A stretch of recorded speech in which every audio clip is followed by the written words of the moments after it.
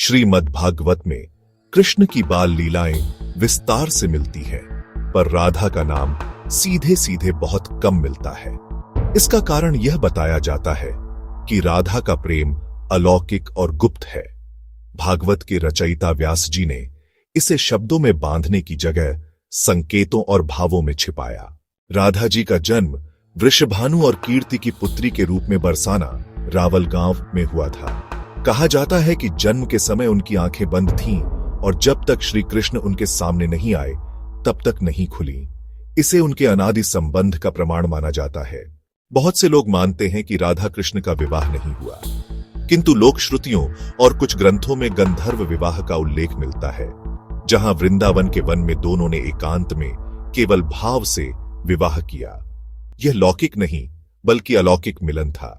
शास्त्रों में कहा गया है, राधा के बिना कृष्ण अधूरा है और कृष्ण के बिना राधा। कृष्ण शक्ति और शक्तिमान का मेल है। राधा कृष्ण की ह्लादिनी शक्ति मानी जाती है, अर्थात वह शक्ति जो परम आनंद देती है।